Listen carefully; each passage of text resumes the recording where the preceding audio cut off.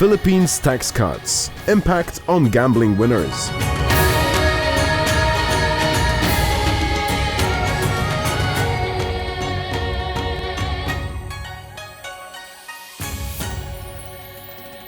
First of all, get well soon to Ramon for his poorly arm. Can we check Ramon's microphone's working, Testing. please, guys? Thanks, Patrick. Better, perfect. We've got 15 minutes and there's a lot to get through here because we've just been speaking to Alex Lees about the Asian journey to try and expand in LATAM and Europe.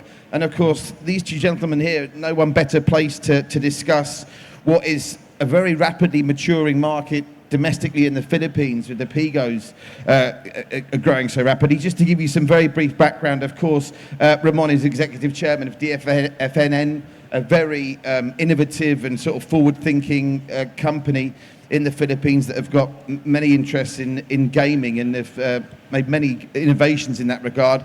And Mel, as the General Manager and Vice Chair of the PCSO, in the short time he's been in charge of what's in essence the National Lottery of the Philippines, has made some very bold decisions that have got things moving and got people talking. And I know he's got massive plans for the future. So two guys who are very well placed. I'll come to you first, if I may, Mel.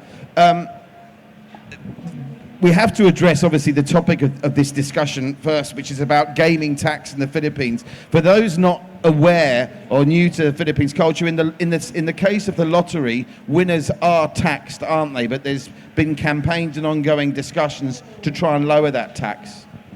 Well, that is really our sad reality, I would say, because it's like you pay when you enter and you pay when you exit. That's our situation right now. Everybody who places their bet gets taxed 20%. And then when you win, you still get taxed 20%. So that's the way it is, that's how the law is. But we're moving towards bringing it back because taxing 20% in documentary stamps when you bet it wasn't done, it was just about a couple of years ago, maybe 3 years ago, or at most 4.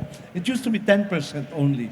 But when we imposed the provision of the bettors shoulder the tax, our sales went down, obviously. That's the effect. So the agency, the Philippine Charity Sweepstakes Office, had to shoulder the entire amount, the cost of the documentary stamps, which told heavily on our charity because unlike other agencies involved in gaming, we are the only government agency tasked to do charity.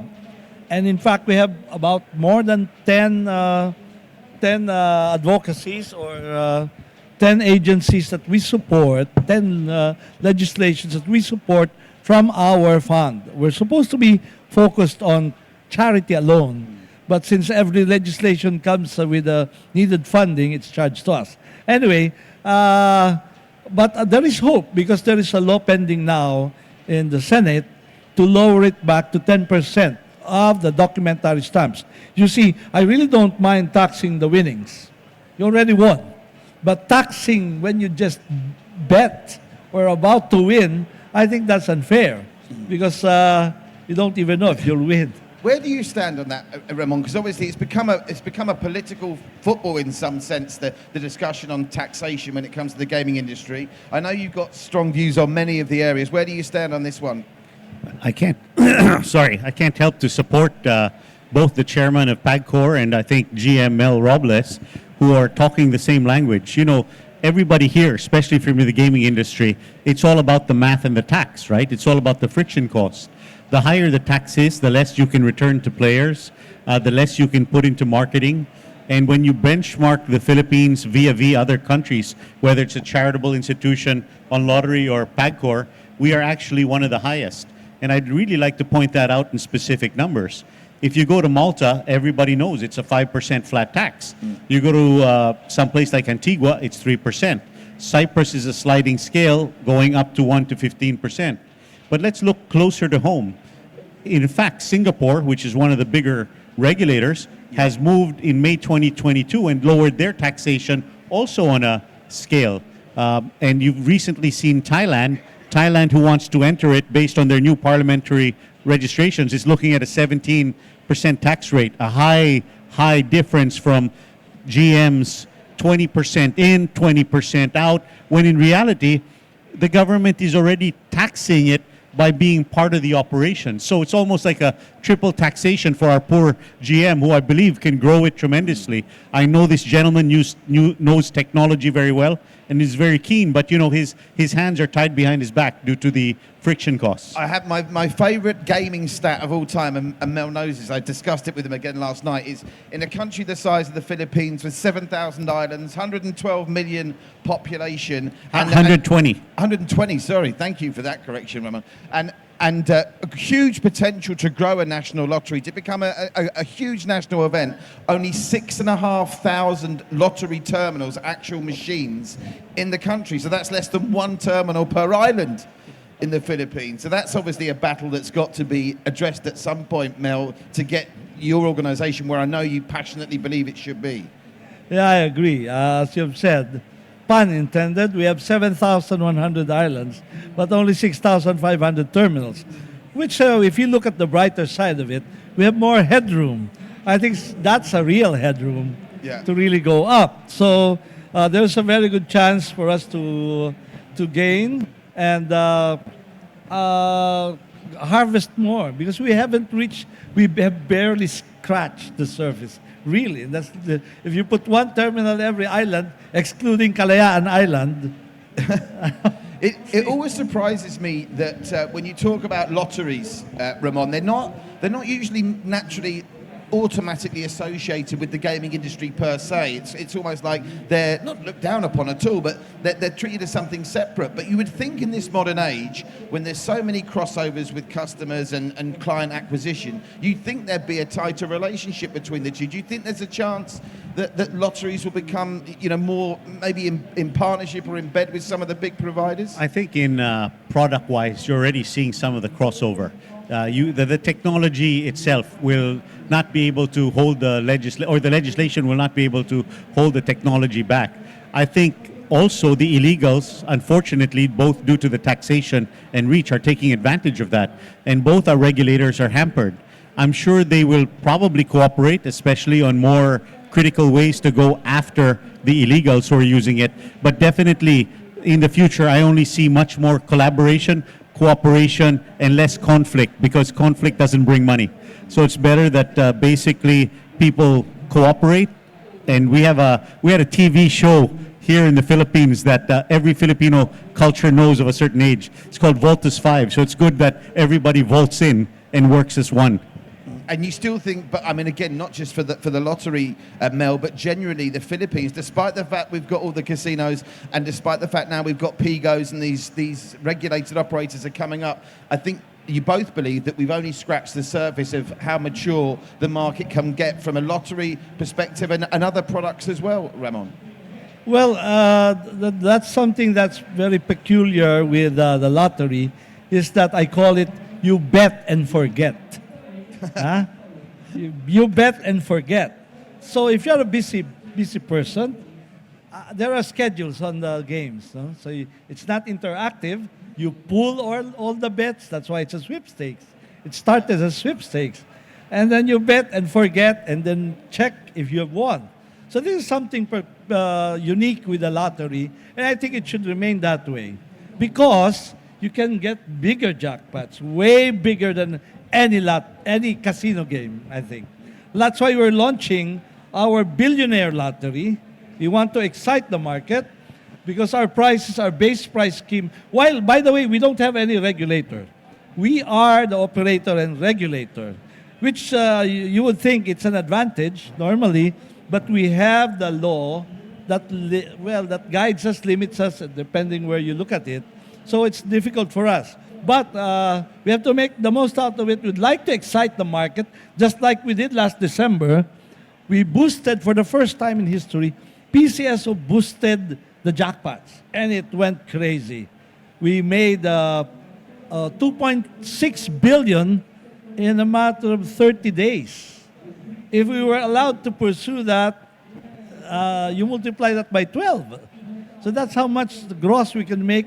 And we made a net of 800 million in 30 days net of all the taxes. The government still gets the tax, but we get a bigger income. So what am I saying here is that the lotto, as you've said, if there will be a crossover, the lottery, I think should remain that way.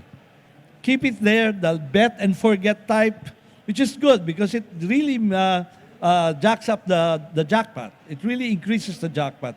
We're bringing in of course, it's rather late. The other countries are doing the bigger jackpots.